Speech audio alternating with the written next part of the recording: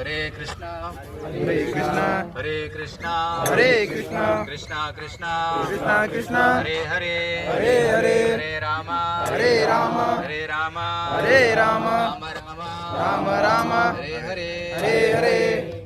ಇದು ಪವರ್ಫುಲ್ ಮಂತ್ರ. ತುಂಬ ಧ್ಯಾನಪೂರ್ವಕವಾಗಿ ಜಪ ಮಾಡಿ. ಸೊ ಯೋಗಾಸನ ಆದಮೇಲೆ ಪ್ರಾಣಾಯಾಮ ಮಾಡಿದ್ಮೇಲೆ ಶಾಂತವಾಗಿ ಕೂತ್ಕೊಂಡು ಹರೇ ಕೃಷ್ಣ ಮಂತ್ರ ಜಪ ಮಾಡಿ. ಅದು ಬೆಳಿಗ್ಗೆ ನಿಮ್ಮ ಮನೇಲಿದ್ದಾಗ ಕೂಡ ಸ್ನಾನ ಮಾಡ್ಕೊಂಡು ಕೂತ್ಕೊಂಡು ಜಪ ಮಾಡಿ. ಈಗ ಬಟ್ಟೆ ತೊಳೆಯೋದಕ್ಕೆ ನಾವು ಡಿಟರ್ಜೆಂಟ್ ಪೌಡರ್ ಯೂಸ್ ಮಾಡ್ತೀವಿ. ಮೈ ತೊಳೆಯೋದಕ್ಕೆ ಸೋಪು ಯೂಸ್ ಮಾಡ್ತೀವಿ.